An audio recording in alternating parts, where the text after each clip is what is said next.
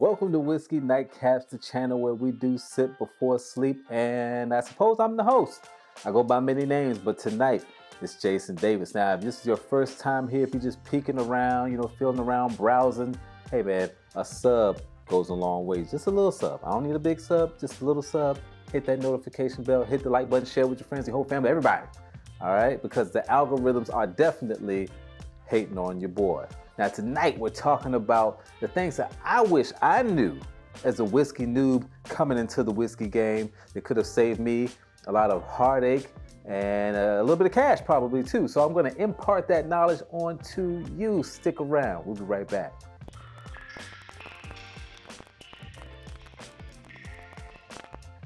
All right.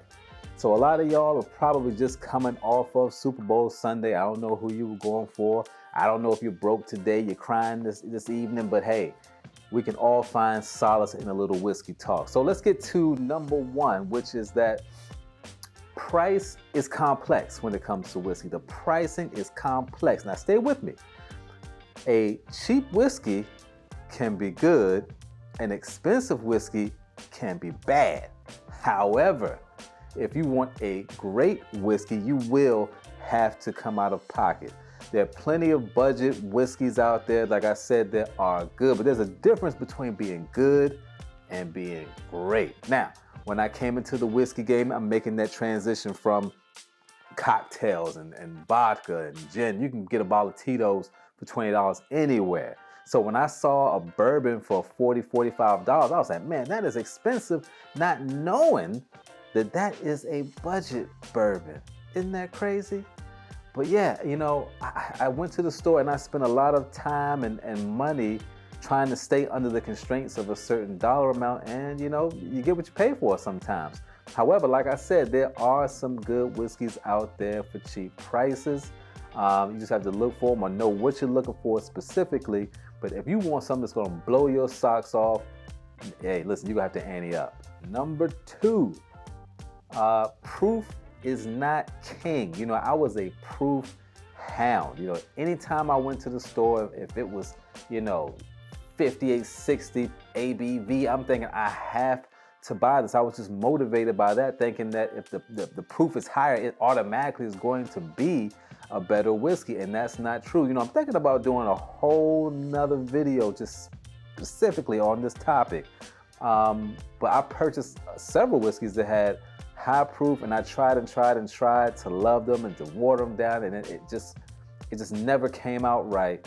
You can find a whiskey that's 40%, which is usually the minimum ABV to still be called a whiskey, that are fantastic. Number three, I also was a whiskey snob early on.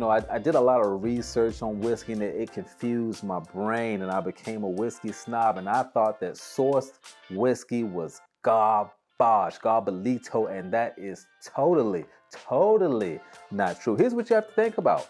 Sourced whiskey comes usually from some giant whiskey company, and they're giant for a reason. People are spending their money with them for a reason. And I'm like, man, if they didn't distill it themselves, then I don't want to buy it. I wanted to spend my money with somebody that distilled and bottled that whiskey. But hey, at the end of the day, what matters?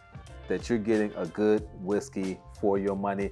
Who cares where it comes from? It's not like blood money. It's just whiskey. It's not that serious. Number four, whiskey does not change in the bottle. Now, whiskey, unlike wine, does not continue to age in the bottle. Wine will continue to age in the bottle.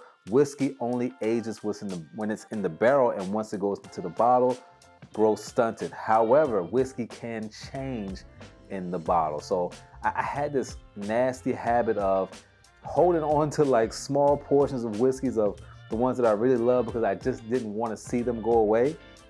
But what happens is, the more air you introduce into that bottle, that air to whiskey ratio, the whiskey starts to oxidize and lose its flavor, right? So just go ahead and kill those bottles. Don't be like me. Don't be a whiskey hoarder. I just came up with a new term, whiskey hoarder. Another thing, number five. Another misconception that I had was that, older whiskey is always better, and that also is not true. There are some young whiskeys out there that are vivacious. You know, when you see that straight on the bottle, you know it's been aged for a minimum of 2 years. And sometimes a whiskey is more vibrant in its youth, right?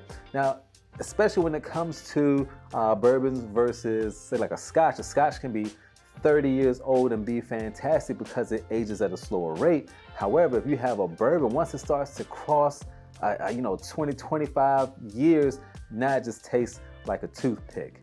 But you don't want to get caught up in these things when you are purchasing whiskey. You want to have a variety of ages because you have a variety of moods. Sometimes you want something that's been aged that you just want to chill and sip on special occasions, but every now and then you want something that has that kick of youth. All right, man, I'm not gonna hold y'all. I'm gonna get out of here. Hopefully you learned something today. If you are a whiskey noob, that can help you avoid making some bad purchases. And if you are a whiskey veteran, go ahead down in the comments and let these guys know. Let them know something that you wish you knew back in the day when you started drinking whiskey that can help them out as well. Jason Davis, out of here. Whiskey Nightcaps. I'm going to have my nightcap right now.